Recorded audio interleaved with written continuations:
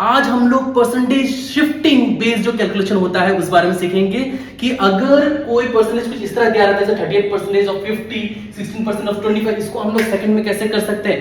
याद रखना कि जो हमारा ऐसा वैल्यू होता है कि a परसेंटेज ऑफ b, इसका आंसर निकालना है is exactly equal to b percentage of a। ये तो पता ही होगा, नहीं पता है तो आज सीख लो कि a परसेंटेज ऑफ b का जो वैल्यू निकलेगा is exactly same as b percentage of a।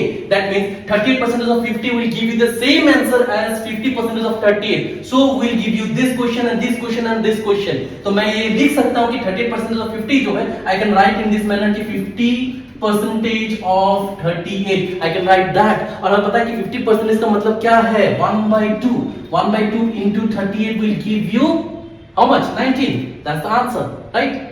Similar way अगर मैं 16% ऑफ 25 का सोचूं 25, तो फिर उसका उल्टा क्या हो जाएगा, 25% ऑफ 16, 25% का मतलब क्या है 1/4, तो 1/4 into 16 क्या हो जाएगा, 4 4 जा 16, 4 इज द आंसर। तो इसका आंसर हो गया 19, इसका आंसर हो गया 4। अब यहां पे 50, दैट मींस 1/2 अगेन, तो 1/2 44, 2 से डिवाइड कर दो तो क्या आंसर निकल जाएगा 22 सेकंड्स में कर सकते हैं ना, राइट।